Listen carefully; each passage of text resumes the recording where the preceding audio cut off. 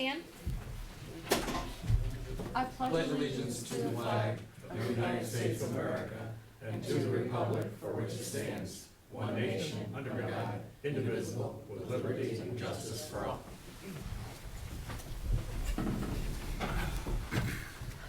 Heavenly Father, we beseech your divine guidance in this meeting. Keep us ever mindful of our obligation. Grant us, dear Lord, wisdom, tolerance, and courage that we may well serve our county and fulfill our trust. Amen. Amen.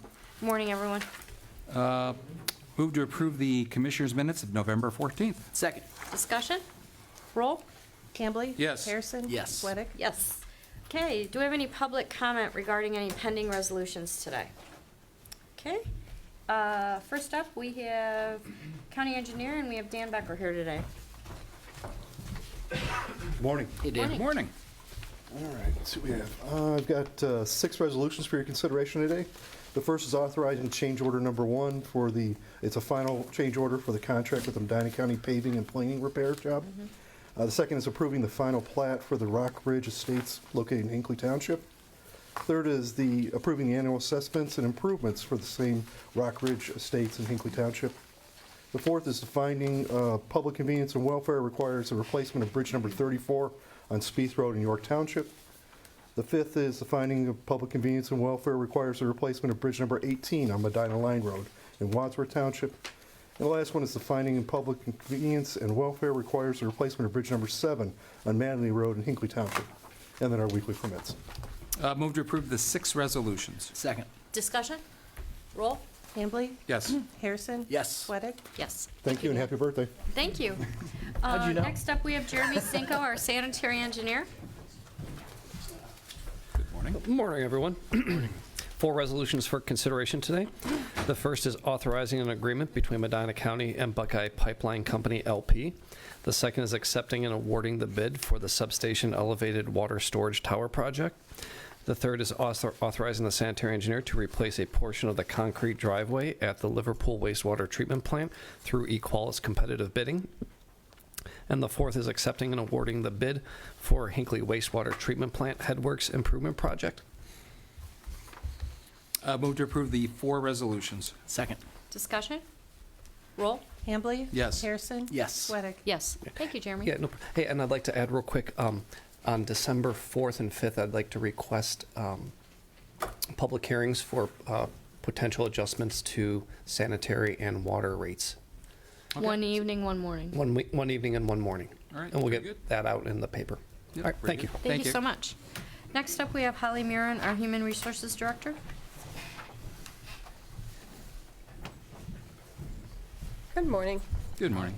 On our personnel changes today, we have 1 new hire at Solid Waste District, 2 rate increases, 1 in Commissioners and 1 in Transit, 1 change in position control number at County Home, 3 leave of absence, 2 at Job and Family Services, 2 leave of absence, 1 at Job and Family Services and 2 in Transit, 1 return from leave at Job and Family Services, 5 resignations, 3 in sanitary, 1 in office for older adults and 1 in maintenance, and 1 retirement in Job and Family Services. And then the second resolution is amending the table of organization for the Medina County Transit Department. Move to approve the 2 resolutions. Second. Discussion? Roll? Campbell? Yes. Harrison? Yes. Sweattick? Yes. Thank you. Holly. Thank you. Next up, we have Brett Thomas, our Finance Director.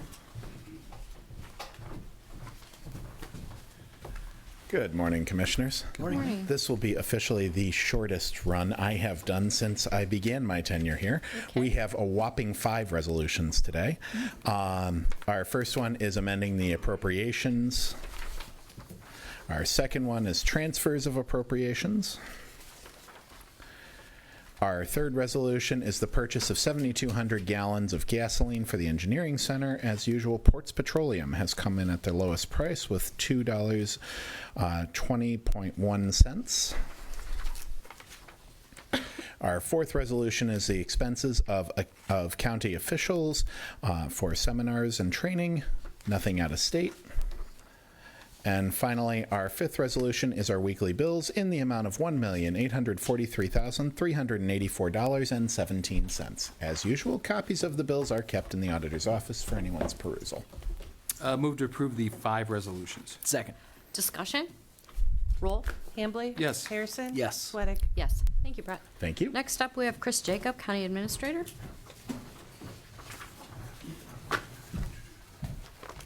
Good morning. Good morning. Two resolutions this morning. The first resolution accepts the amounts and rates as determined by the Budget Commission and authorizing necessary tax levies and certifying them to the county auditor. This is for calendar year 2024, and we had a brief discussion last week regarding the various levies that were contained in, or are contained in this resolution, including the 2.5 mil inside levy, which would generate monies for general fund operations and debt service in our general bond retirement fund. And the second and final resolution this morning awards the proposal for food services at the Medina County Jail and Juvenile Detention Center and authorizing contract negotiations. There were two proposers who submitted proposals for these services, Aramark and Trinity Services Group. The recommendation from the jail administrator and the detention superintendent and myself is to award the proposal to Aramark Services and at the itemized pricing included in the body of the resolution itself, and authorizing myself to negotiate the final agreement corresponding to this rate structure. This would be for service delivery in 2024 with a second year term to be determined from a pricing standpoint based on CPI increases. All right, I move to approve both resolutions. Second. Discussion? So it's a 2-year contract. It's a 2-year contract. Pricing to be finalized at the anniversary. Pricing for the second year finalized at the end of this first year of completion. Is there a chance the CPI goes down? I mean, not, Sure. right. But in the contract, it can move both directions. Yes. Okay. Yes. I've drafted leases before that say, under no circumstances will the price of the rent go down, even if CPI does. So I'm not I holding my can breath that that's imagine. going to happen. I just am asking the question. Right. No, good question. No. Roll? Hambley? Yes. Harrison? Yes. Sweattick? Yes.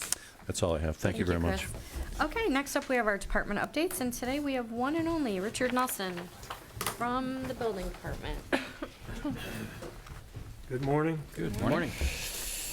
Okay, so like a broken record, I'm again saying the value of construction projects continues to be about 27% less than last year.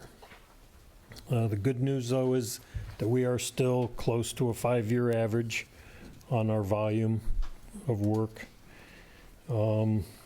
Year to date, cost of new homes edged just over $400,000. That'll likely remain throughout the rest of the year. New dwellings in the month of October, 32. Moving on to the second page, new receipts for the month of October, only down a little over 9%. And the third page, year-to-date receipts down 20%, again, compared to last year. Page 4, breakdown of residential permits by townships and villages.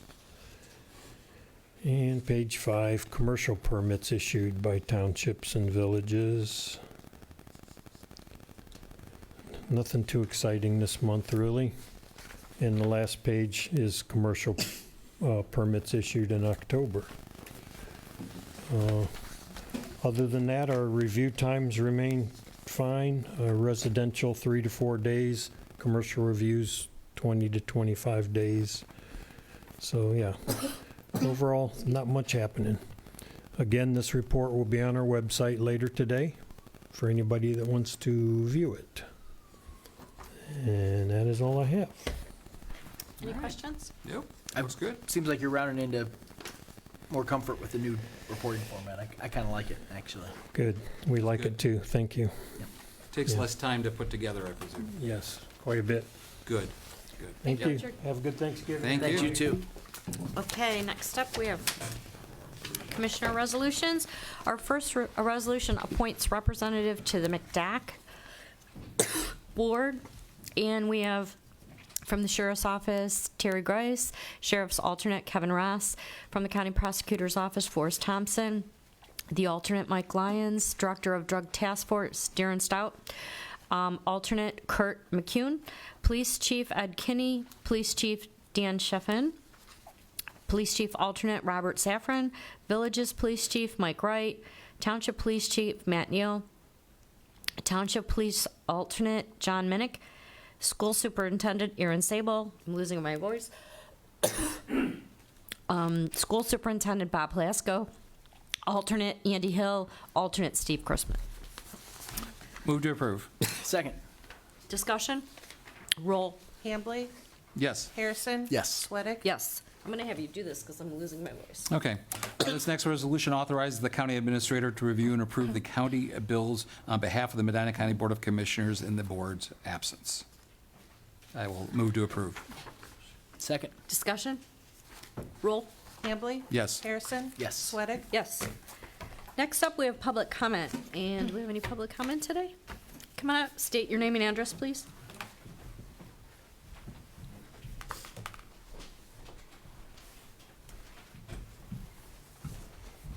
Good morning. My name is Lisa Abernathy. I'm from Lafayette Township. My address is 5596 Rosemont Way.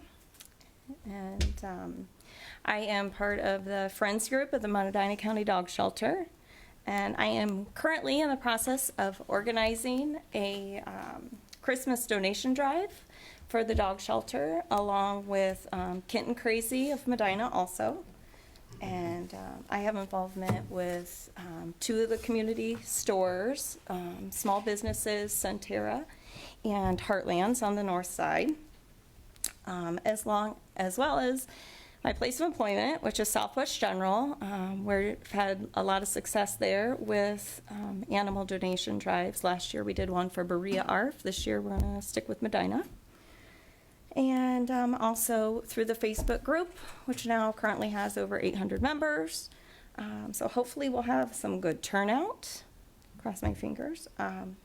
I'm here to request official authorization to take pictures of the drive, since the shelter doesn't allow pictures.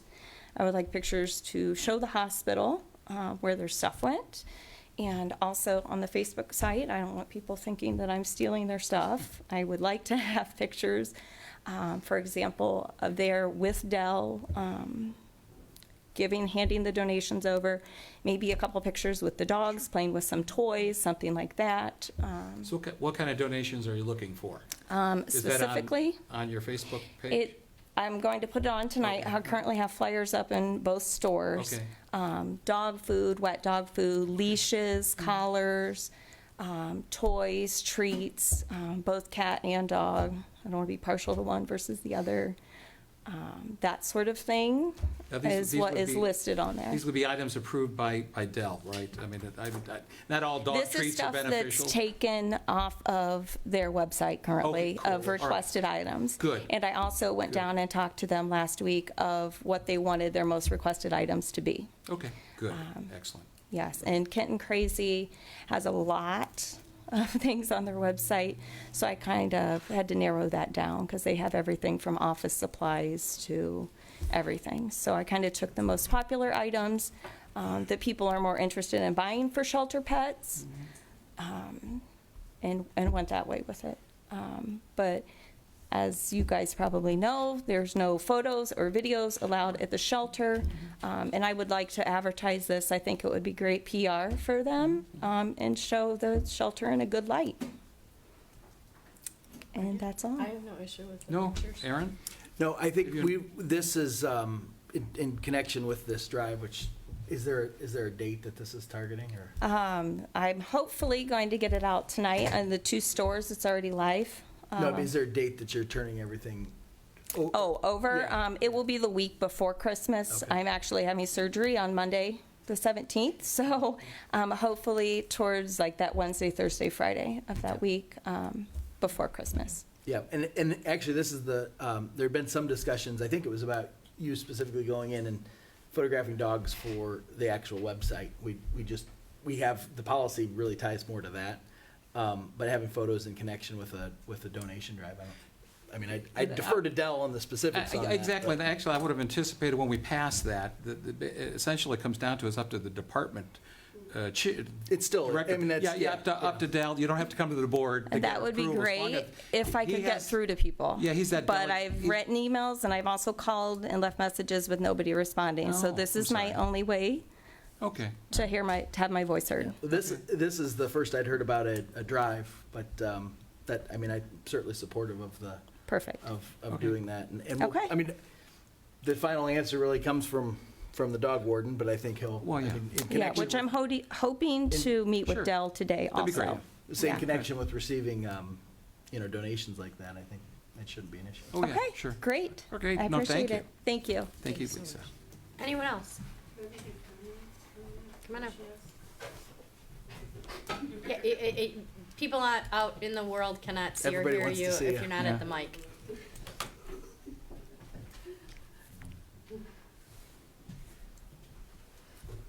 Hi, Teresa Gyrak, and I'm in Brunswick, 1818 Avonbury Lane.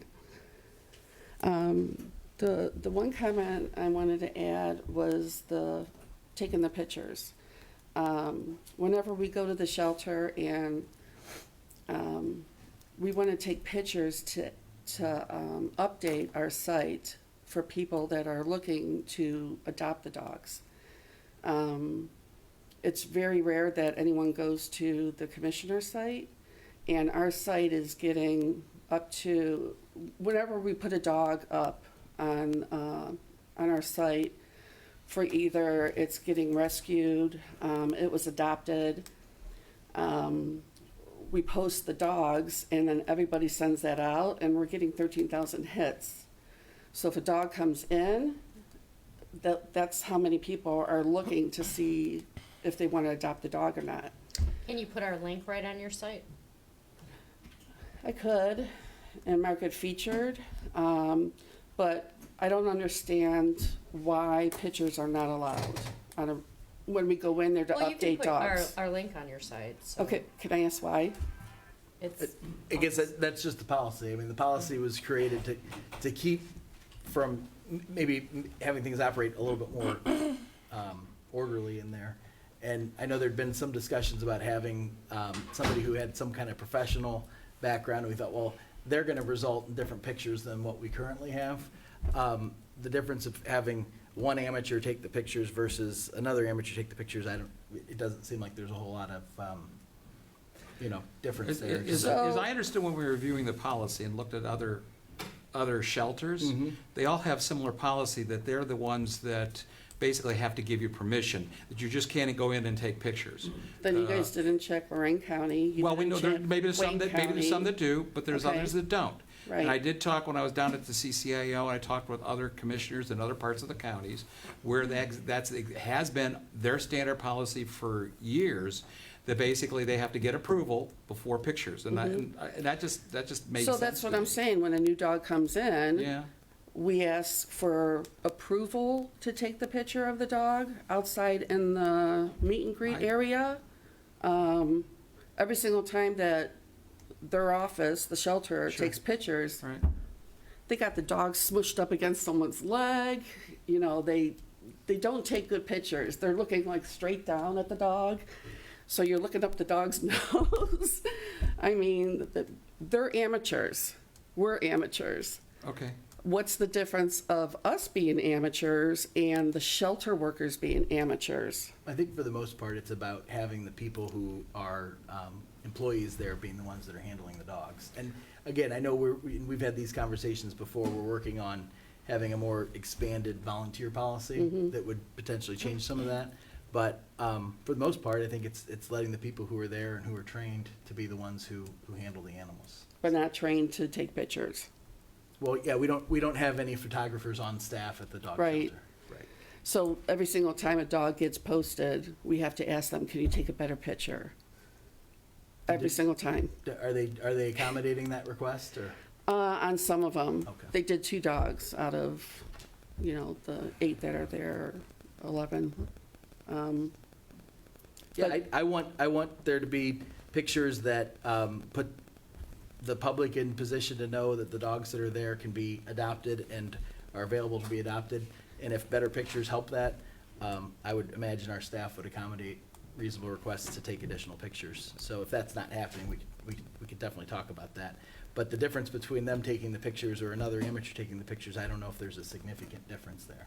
But I also think there's a distinction between that and then doing the photography that Ms. Abernathy was requesting related to donation drives, because I think that's kind of another issue altogether, which is something to get publicity for the people who are making the donations, which makes all the sense in the world, as well as additional publicity for the shelter, keeping Well, it in front of mind for people. that Yeah, and the exist. dogs need publicity too, and the more you show a dog in its natural state of playing with the ball, videos, people relate to the dog better, and that way, it's like, okay, I want that dog, just because how cute it's being, or, so that's what we're looking to do. If we can't do it now, then hopefully in the volunteer policy, that can be added, because that's what I believe one of our jobs is, wanting to take those pictures. Well, and I think, I just want to make sure we're managing expectations too, because I think within the context of a volunteer policy, we need to make sure that the volunteer work that's being done there is the work that's, mission critical shelter work too. Part of that is going to be, working with the dogs, interacting with them, socializing, all Right. those things that we all know they benefit from. But I don't know, or I don't anticipate, or I don't really have a reason to know either way if there's going to be a volunteer role for somebody to just come in and take pictures. I think that, I'd be surprised if that were the case. But if One you're of the- saying, Can I make a comment? if you're saying if there's an opportunity to take pictures while something like that's happening, that would probably be subject to the visitor policy.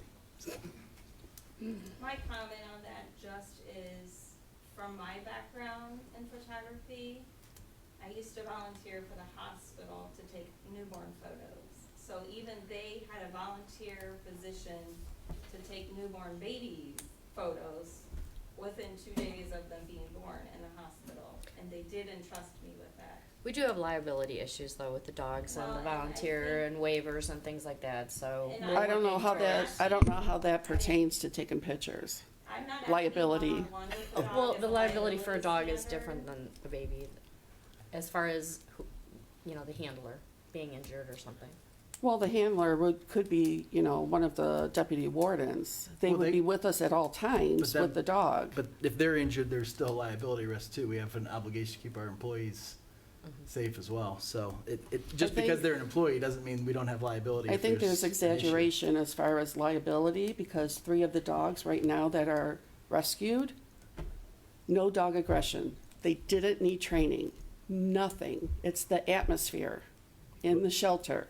Well, we don't have the luxury of second guessing the opinions of, and this is a separate issue, but second guessing the opinions of the experts that we've brought in to It was evaluate. mislabeled. So And it was mislabeled by the warden. it was not. It wasn't mislabeled by Dog Wizard, because Dog Wizard said, all of these dogs are trainable. Right. None of the dog dogs- wizard said this dog has demonstrated behaviors that are either people aggressive or dog aggressive, Mm-hmm. and that was where the county made the decision based on the dog wizard's And that was one findings. opinion.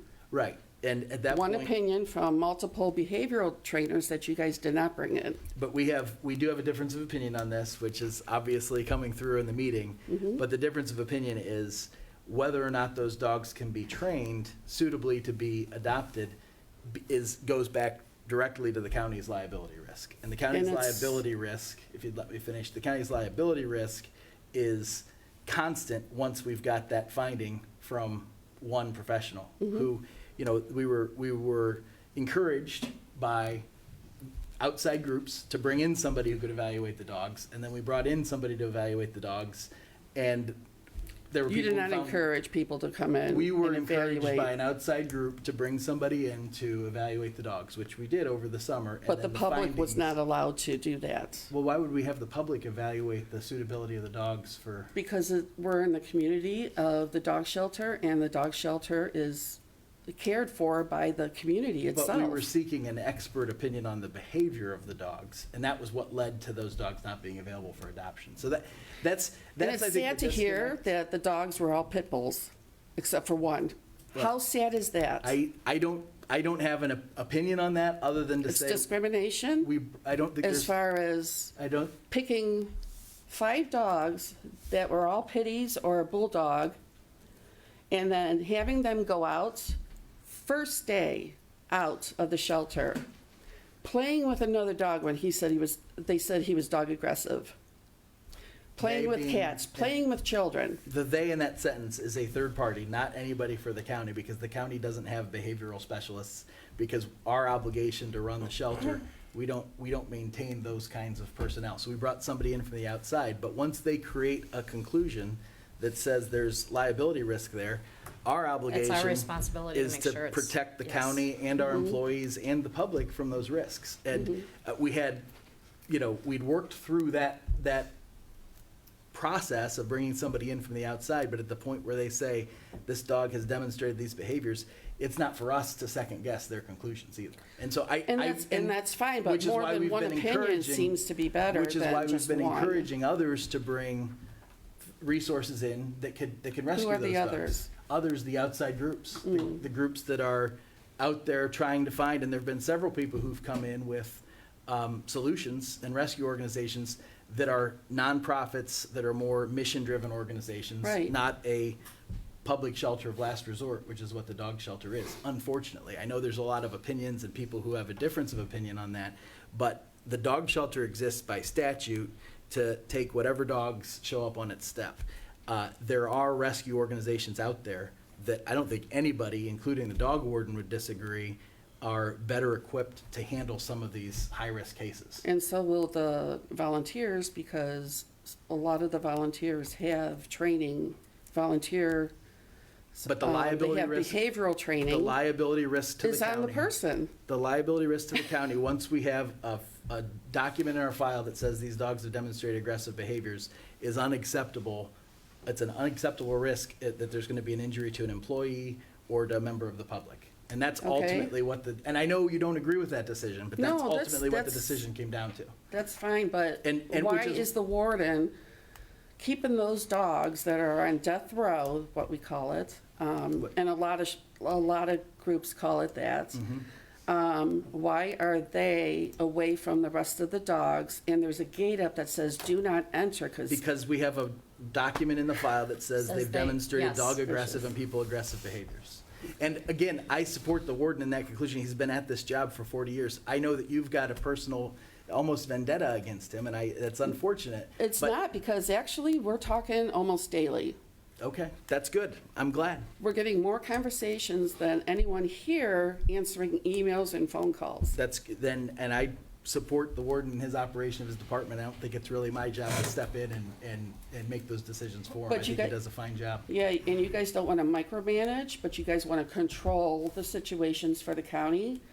Why aren't we getting answers by emails or return phone calls? It's from Chris, it's to you.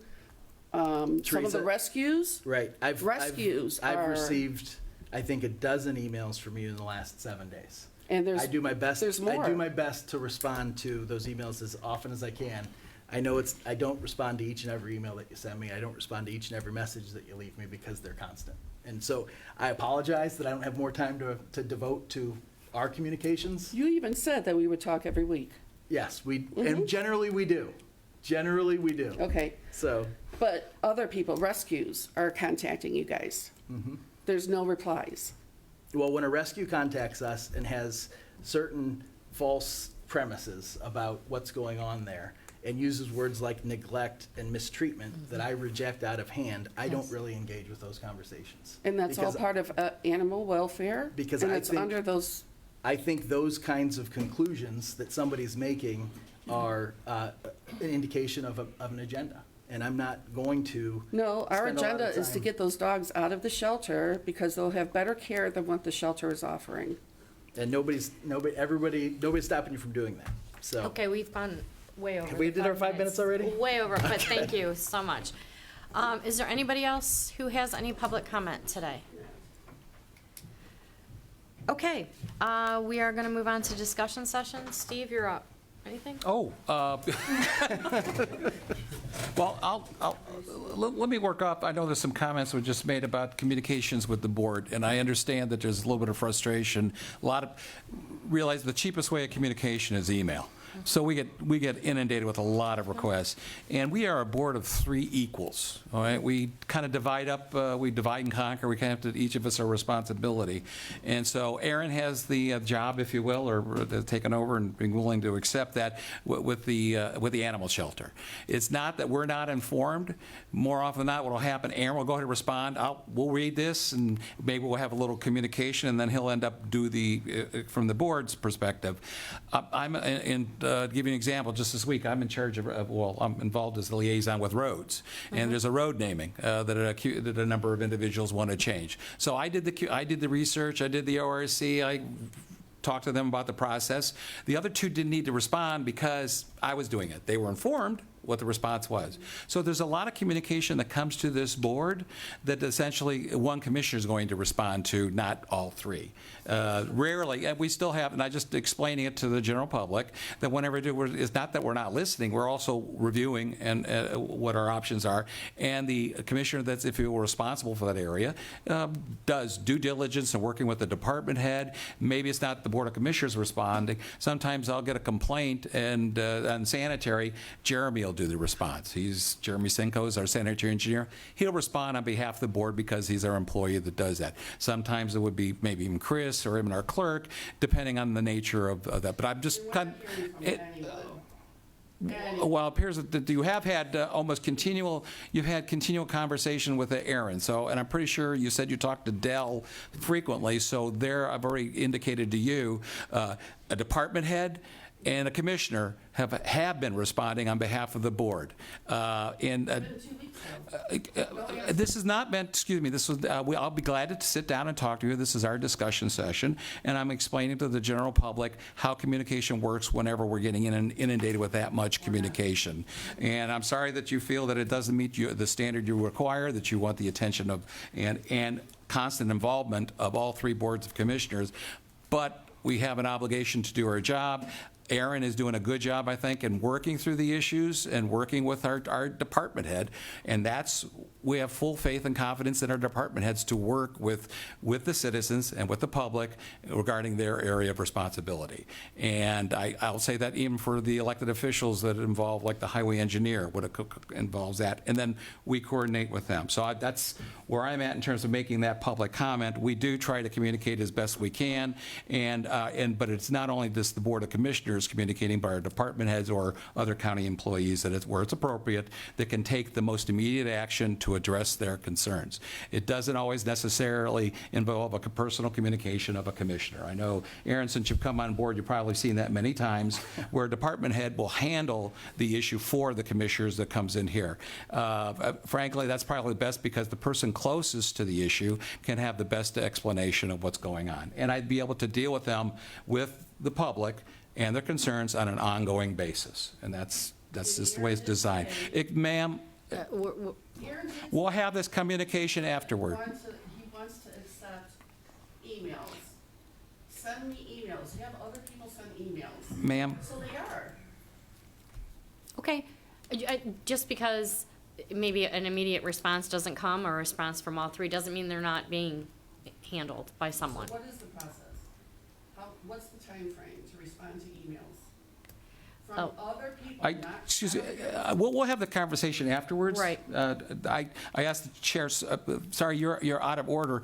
We have an order of business. Be glad to talk to you about it. And I'll just say publicly, I just explained to you why a commissioner may not immediately respond, why a department head, and especially with those citizens that have a constant communication with a department head, that's going to go on a regular basis, and that's fine, and we'll work with the system within that. We have our obligation to our departments that we oversee, and those department heads, I have full confidence, can work with the public and have those communications. And it sounds, based upon your own words, you've been doing that on a regular basis. So I have no fear that Dell Saffel does not know what your concerns are. I'm sure he's well conversant with it, and you've had a constant communication with him, and we're going to do our best as a Board of Commissioners to work with groups that are concerned and with the Friends of the Animal Shelter in dealing with that issue. The only other issue I wanted to bring up for discussion is I had shared with you the handout that came from the Ohio Public Employee Retirement System Board, where they had made recommendations to one of the largest recommendations of concern. There was good history and information to those handouts. The employer contribution from 14 to 18%, potentially. There is no single bill that has that. Their OPERS board, which are all pretty much all elected members by retirees in various groups. They're the ones that have made the recommendation to evaluate the system. They had an actuarial study. There's a $9 billion unfunded liability eventually that the OPERS will have to deal with in the future. They've dealt with the benefits side and health and all these other over the years that hasn't been raised, and that limit 14% has not been raised in 50 years. So they're asking that they will be proceeding with the legislature to address that issue. They did come to the CCAO Board of Trustees. We had a committee meeting as well as a meeting on Friday, and the board of I'll just say the CCAO board has said that we are opposed to their proposal until such time as there is a independent actuarial study that's actually scheduled by the Joint Retirement Board of the state. We'll be doing and making a full evaluation of it. So our position is. Are they taking CCAO's opinion seriously? Like, Oh yeah. Okay. Yeah, and I think we're in line because as soon as, frankly, if the contribution rates are higher already for, as we know, for emergency workers, for first responders and so forth, and that there's multiple systems involved in this, and so the retirement board represents all those systems. And so what they're going to do is looking at the realities of the demographic shift and all the other costs. But some of the ones that have higher contributions Sure. also have earlier retirement. So Agreed, yeah, and that's why they do. it's not That's all equal. right. So I think until there's a full evaluation, the CACO board, we decided to oppose any of those changes until there's actually a full actuarial study done, independent of those individual retirement boards. When was the initial proposal scheduled to be? When would they prefer to see it be effective? Was that? Well, they were They going were to. gonna go in increments. They were doing Okay. increments. That was potentially. See, there was no single bill. Yeah. They were basically, as the board indicated, they believe that the employer contribution, needs to increase over a number of years to keep up with those other long-term actuarial issues. So I just wanted to communicate with you. I sent that a lot of information about the system, but that's something that eventually I believe that the Board of Commissioners will have to note. The state will have to evaluate it, and eventually we probably will have to increase the employer It will be contribution it'll be over a period of years. It yeah, can be. it'll be a significant increase to budgets. And I doubt it, just as it was, remember, as the demonstrated, the cap of 14% had been in place for like 50 years, but it hadn't been reached until the last 8 years. In other words, that the OPRs had been operating at less than that over a period of time. They had been given the statutory authority to go to the 14%.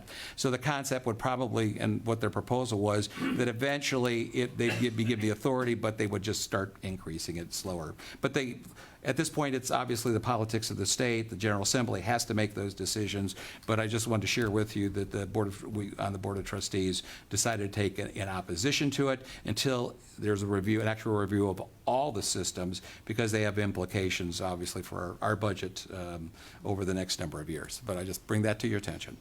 Okay, anything else? Nope. Aaron? I have two things. One, just to close the loop on the discussion about the dog shelter. There is, I think, as was pretty evident here a few minutes ago, several different opinions and differences of opinions about how things should be operated over there. And I don't want anything to come across in terms of my resistance to some of the way that it gets characterized as, opposition to the people in our community who care about the dogs who stay there. I'm certainly sympathetic to that. But I also think our responsibility as a Board of Commissioners goes beyond, just the decisions with we don't have the luxury of just focusing on the animals that are in our care, we also have to think about the bigger picture and some of the decisions that were made over the summer related to some of these animals where we had evaluations that weren't favorable, really demanded that those decisions regarding their adoptability be made. So they're not easy decisions, No. and I know there's nobody over at the dog shelter and there's nobody up here that is eager to see dogs put down. There've been 0 dogs put down at the dog shelter this year. I think last year there was 1, maybe 2. So now several of these that aren't adoptable, that we do have these limitations on, and we have had issues with employees over there, that puts us in a bad spot in terms of what we do with those dogs long-term. And we've talked to people, outside people, also some representatives of the SPCA, who said, hey, when you've got that situation, sometimes you're best off to euthanize. But what we've tried to do is provide latitude to some of these groups on the outside to bring in resources to find better opportunities for those dogs where they can be worked on and trained, and where the county's exposure that comes with sending those dogs back out in the community can be managed. And we've been successful in a couple instances, we've been unsuccessful in a couple instances, but it's kind of some of that difference of opinion, I think, is really where a lot of this discord has begun. So we've had those discussions with the public, and I want it to be known that this isn't an intent on anybody's part to say we think everything's great over at the shelter. There's improvements that can be made, and we're working to do that. The volunteer policy is a big part of that, I believe, too. It's just a matter of getting things wrapped up. So there'll be more to come on that. The other one is NOACA, as my weekly update on NOACA. We have a board meeting on December 1st. At that board meeting, there will be a resolution considered by the full NOACA board in opposition to the Boston Road interchange. Okay. So I had to bring the NOACA update up this week because I was very pleased with how receptive they were to certain changes that I had suggested to the language of that resolution, to kind of beef it up a little bit. I have no indication of how that vote's going to go in front of the full board of NOACA. There's 48 seats. Medina County has 4 votes. So I'm somewhat optimistic from my conversations with the staff up there, and also as indicated by the testimony that's been offered by Grace Galucci in support of the repeal effort that's working its way through the House and the Senate and the General Assembly, thanks to Representatives Ray and Miller and also Senator Romanchuk. So I'm somewhat optimistic. I'm cautiously optimistic. But for anybody in the county who's interested in that, December 1st, NOACA meeting might be a good one to come and make your voice heard if you've got a strong opinion in opposition to the Boston Road interchange that's Well, been NOACA proposed. voting no on that will be significant, I think, at the state. Weighing in, you mean? Yes, Yeah, absolutely. I think if they support the position that's been taken by the executive director and oppose it, I think that would really be a boost in the repeal legislation. For clarity, it actually is opposition to the change in the Ohio Revised Code that mandated a interchange literally between Strongville and Brunswick. Right. So Right. it could be even an interchange on Grafton Road or Drake Road or anywhere along that section. That's correct? right. That's So exactly it's not Boston Road interchanges, because there was a mandate, there had to be an interchange between those 2 state routes. Right. And so this is based, just to refine it and clarify, it's making sure that there is no state mandate about an interchange, and consistent with the policies of the NOACA Yep. and MPO and federal planning. Yes. Okay, That's all right. right. And because the one of the specific measures referenced in the resolution, in the proposed resolution, I should say, that's going to go before the NOACA board, is referencing that whole process by which that statute came about Yeah. was done in violation of the interchange policy, the existing right. NOACA interchange Right, policy. right. And so that, I think, has been the baseline for NOACA's opposition from the get-go. So this would just be kind of an additional board action. I Right. think which I'd like to think that that will have broad support from the board. Yeah, as Senator Romanchuk said, it was just a bad policy, a bad law. Right. Having legislators determine where interchanges was quite not a good shocking. idea. It was shocking. Yes, that it got was not a passed, good yeah. idea, so. Anything else? That's all I have this week. Holly, do you have anything?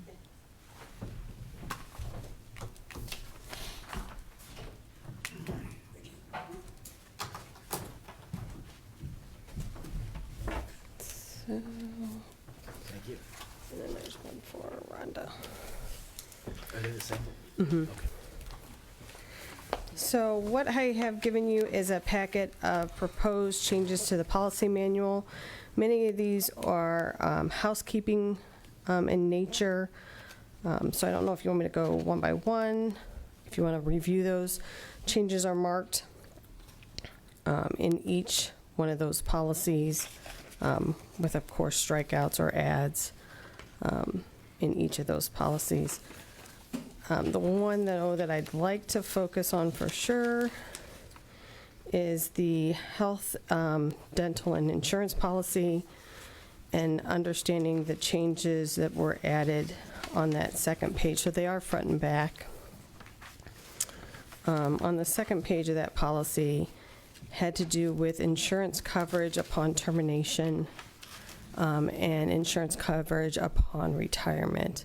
We have a lot of people who extend past their, what was previously stated as your date of active pay status.